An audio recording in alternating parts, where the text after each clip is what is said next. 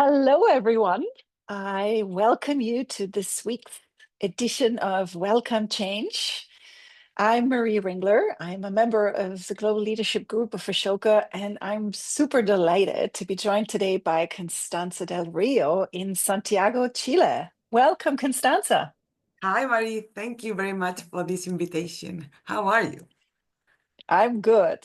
I'm so delighted to see you because Constanza and I actually share a wonderful story.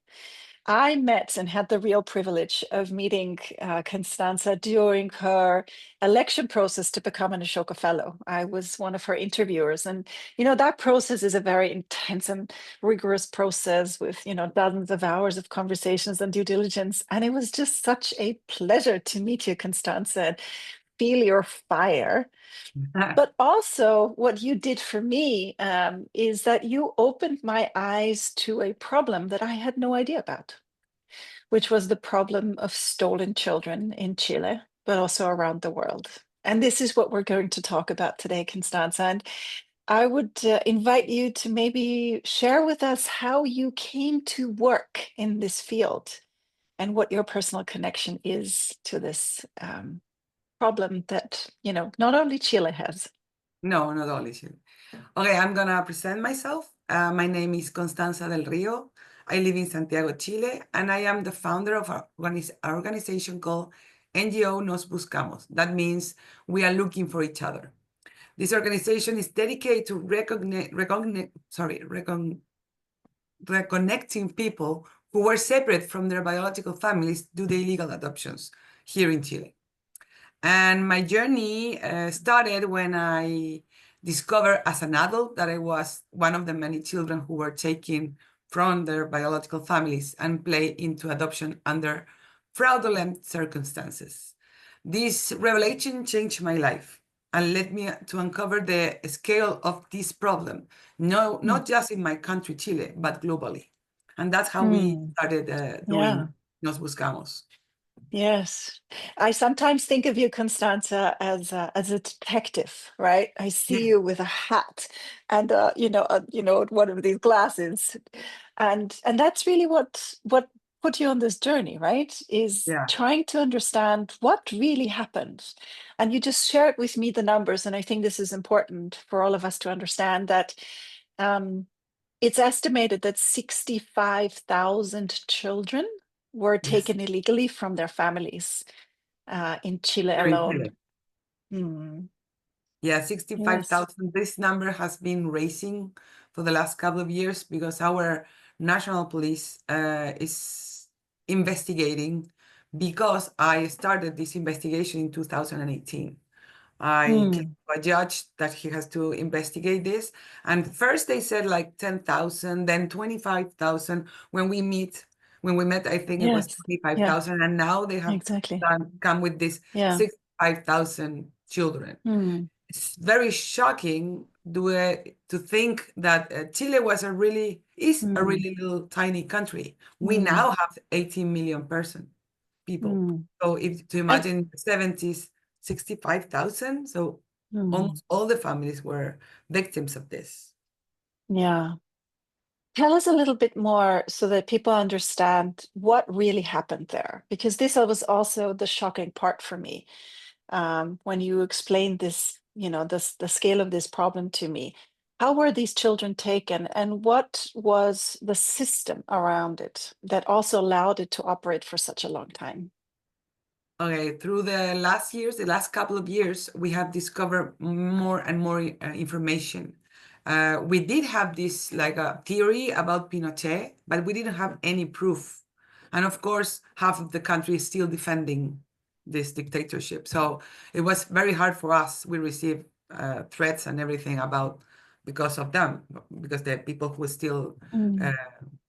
respect him. And so we now discover in a couple of months. Pinochet, just for our Yeah. listeners, was the Oh, yeah. dictator in Chile. Yes. There's a Yes, dictatorship that please. it came to in the Mhm, 70s, and of mhm, course killed and tortured like more than 4,000 people here. mhm, So we discovered recently, a couple of weeks ago, that there were a logistic plan created by him and the Minister of Justice that was his cousin to take away all the poor children from poor families away from the country, mostly to prevent them to turn them into Marxistas, like Marx or communist.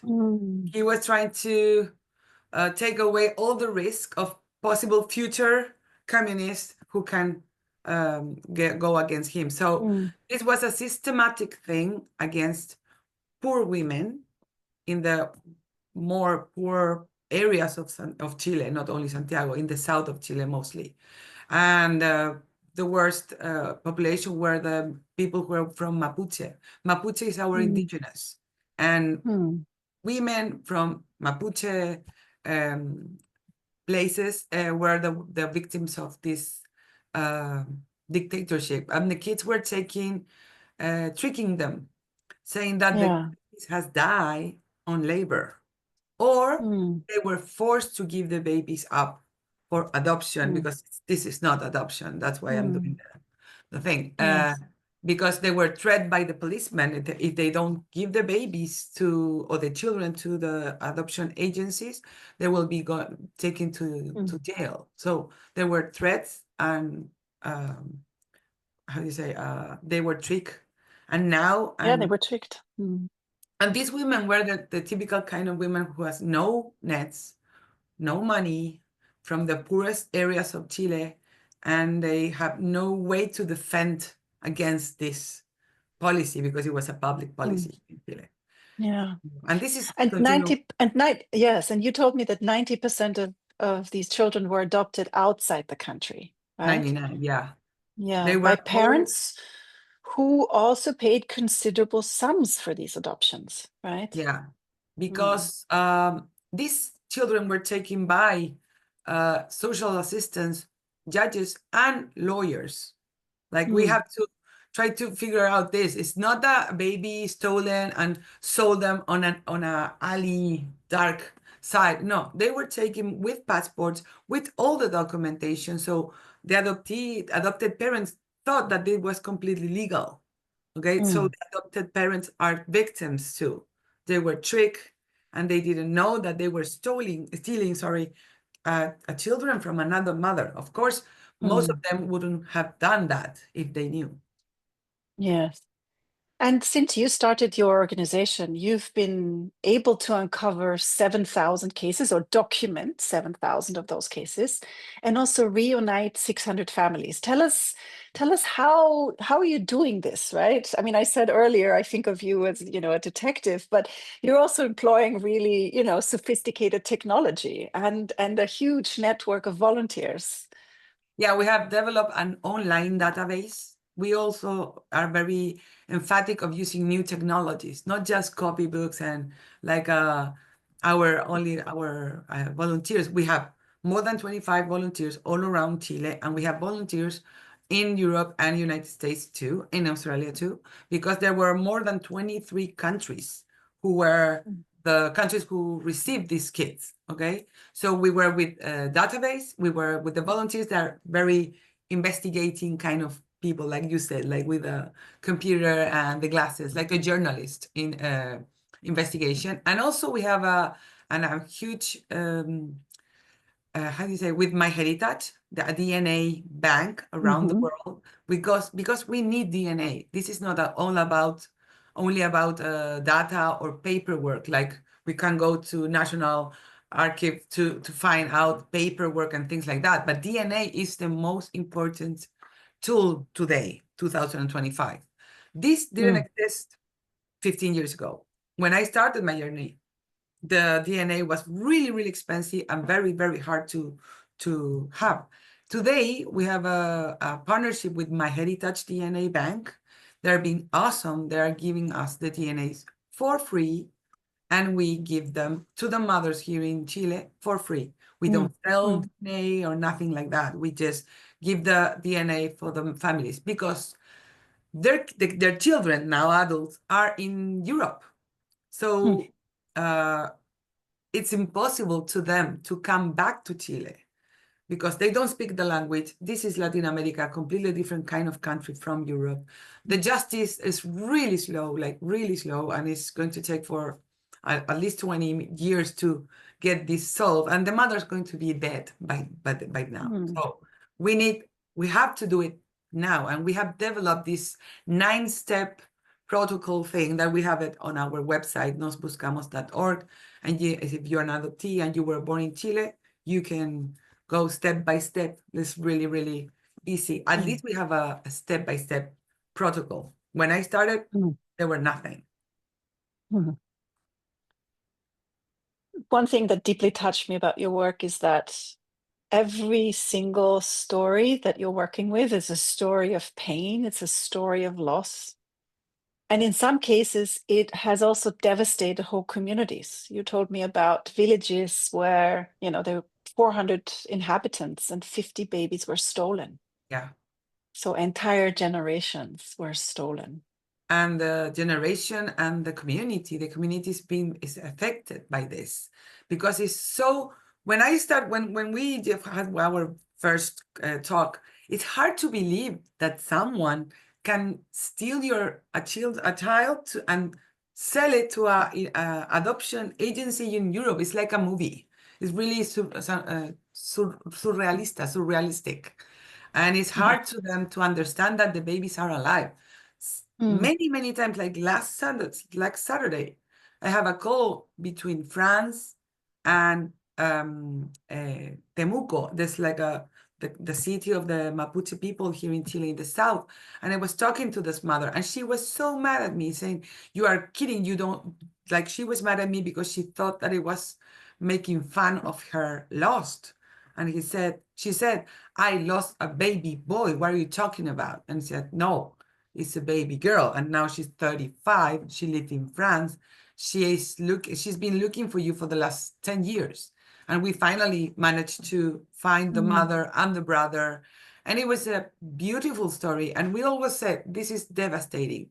The mother was really sad, but somehow he found out that her baby is alive. He's 35, and we connect them through the chat, and they can see each other, and they're like very, very similar. So it's a miracle. And we always say the same: we can't change the past, but we can change the present and the future. We can change the present for that family and that community completely. And we are trying to prevent this to happen in the future, because it's still happening. Yes. So let's talk about the very significant policy changes that you've been driving and the work that you've been doing to ensure that this cannot happen again. Okay, we are connecting again because our country has been through a very difficult journey in the last couple of years. And now we are again connecting with the Congress people from Chile to change 2 laws. And we finally very, very close to change. The most important one is to add to the legal process, to the legal laws here in Chile, that selling children for adoption has to be a felony. It's not now. It's not a felony. So now the judge who is investigating these cases, he's saying, okay, but this no felony because we don't have a law against this. Okay, so it's like a kind of stupid to be in the 2025, and everybody understands that to steal children for adoption without the consent of the mother and all the process has to be a felony, but it's not. So we need to put that law on the government, and we are going to do it, I hope, this next month. So we are they have to pass it through the Congress, and we'll be okay. Well, we're keeping our fingers crossed for you, Yeah. Constanza, and for the 65,000 children you were working for. Yeah. One thing that you made me realize, Constanza, is that, not only were these children stolen, but also there is a fundamental right that was violated here, the right of a child to its identity. Can you Yeah. talk more about that? Sorry. Yeah. When we have to put ourselves through one of the sites, like are we going to take the adoptees parent side, or are we going to take the biological mother side, or are we going to take the children's side? We work with adults, but they were stolen when they were children. So we are going to take always the side of the children, because he was the one who can defend himself when he was a baby or she was a baby. So this is the right of knowing your own story and your origins and your roots and your family. It's not about only the mother to find out your mother or your brother. It's about everything. Connecting back to your country, because on top of this, we are talking about people who are stolen from our country and sent to another, not country, another continent. Like completely different culture, completely different language, food, everything. Like they look different, and most of them have suffered from bullying in school because things like that happen. So they were like different from all the rest of their community. So they have a lot of therapy. They have been through a lot of struggling on their life. So we're taking the side of the connecting with the roots, the right of the identity.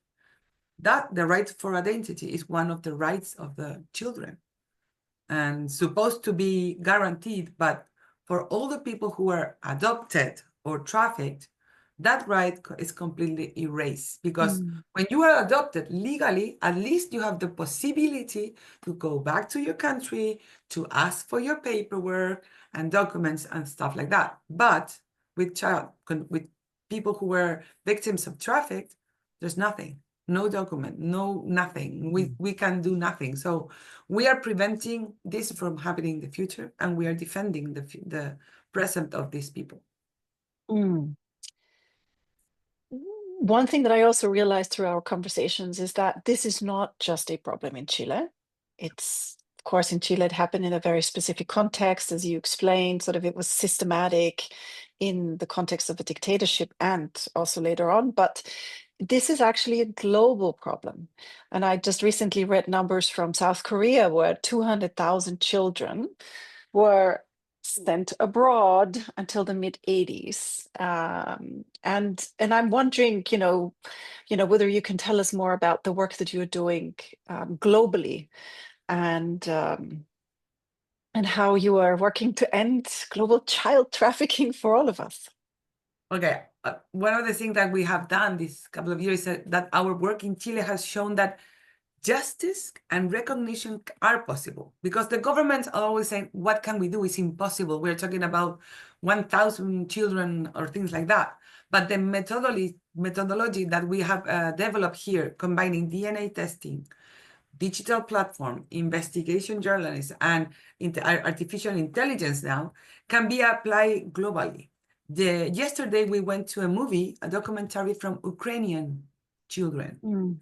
We're talking about a war. Every time there's a war or a conflict in some country, there's always going to be child trafficking, because they're the easiest population to be victims of. So this is continue happening, and it will continue happening in the future. It's that really bad, but combining these new technologies and combining also the volunteers that are allowed to do this, because the states and the governments are really trick. They can't do the things that we can do. So Yes. for example, I can just call someone on the phone and just ask her if she lost a baby or something like that. So one of the main tools, as I said, is the DNA. DNA is going to be our main tool now. All the people from Ukraine, they have contacted us like a couple of years ago, and I said, the only thing I can't tell you is try to use DNA, because at least your DNA is going to be on that DNA bank for the future. Maybe now you're not going to find anything, but maybe in the future, a brother, a sister, a cousin, or the mother could be there. And it's easy, but people are like, they don't understand really what is a DNA, but it's just a saliva. Yeah, saliva. It's a Saliva test where you test, use and the that's it. saliva to, It's yeah. not It very doesn't expensive. hurt. It's not painful. It's very hard. It's very easy to take. You don't have you don't need medical support or people. You just do it like with clean hands, and that's it. And it's a global thing, and I think a DNA could be and will be a very, very interesting Yes. tool in the future too. Constanza, we have about 10 more minutes with our audience. And so I would like to invite our audience to share their questions for you. And have another one for you in the meantime. Okay. When you think about your work and the importance of children to their identity, where do you see the biggest lever for your work going forward in order to ensure that as societies we respect this right? I think we have to make a mindset. We have to change our mindset. And it's very hard, not only for people who are adopted or not, for the society in general. We need to stop thinking that children are objects. We don't trade them. We don't change them. We, the adults, shouldn't be doing things to kids like under this charity things like we are going to save poor people from, for example, a country that is in war, to prevent them from poorness, and we're going to take better care of them. That's the typical excuse. But in the bottom line, they're always as the adults are trying to do something with those kids. I want to be a mother because I haven't been able, so I need a baby to feel better about me. If we think about children with rights and not objects, the mindset changes completely. If you're going to adopt a child, yes, that's a good idea. Don't change his or her identity. He already have a name, a nationality. You don't have to change his name or his last name. You just take it to your home, to educate him, give him all the love that you have, but don't change their identity. It's not your property. So when we talk about this, it's very hard for the society to understand that children are not belongings or property of no one. Children are not objects. That's the main thing that we should remember. Yeah, that's a beautiful reminder, no, for all of Yeah. us. There's a few questions here. Yeah, I was trying to.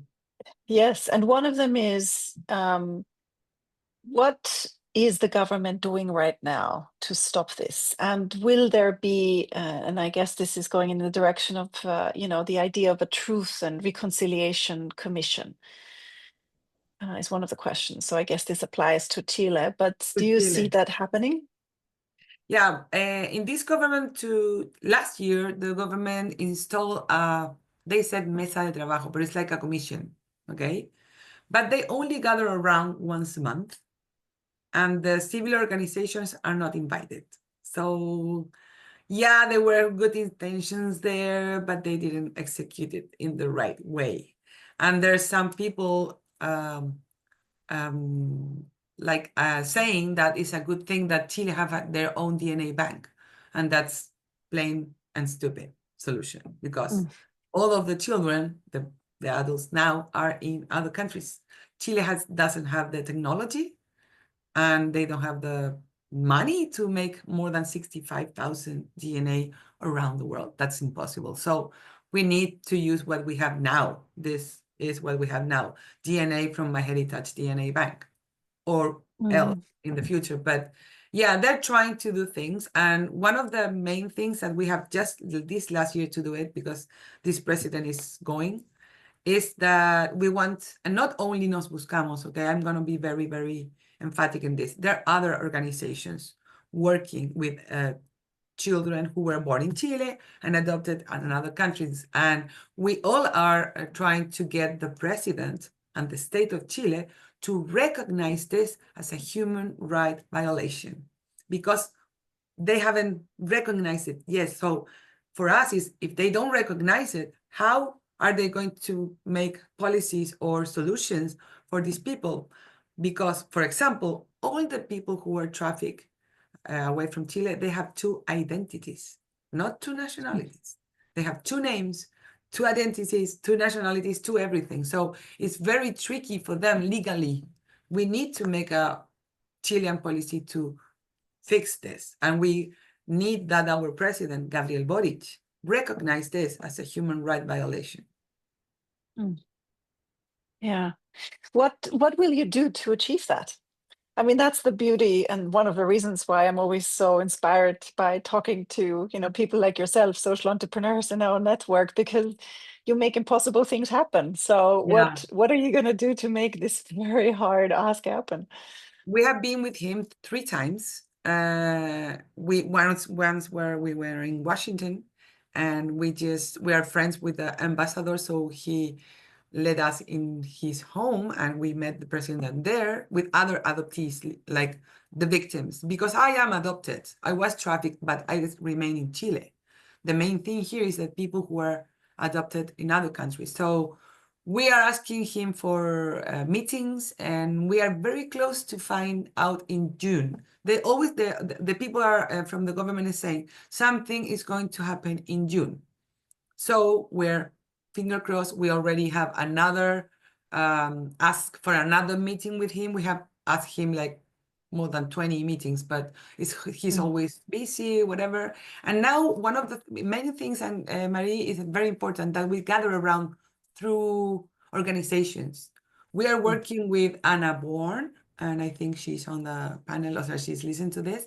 She's one of the Chilean who were adopted in Sweden, and she has this huge organization in Sweden, and she's part of us. And we are working with her because we need to gather around. We need to make more people working through the same goal to get the president, to get the state of Chile to recognize this as a human right violation. And she just sent a letter on last Friday. We are going to do the same this week. So the more, the better.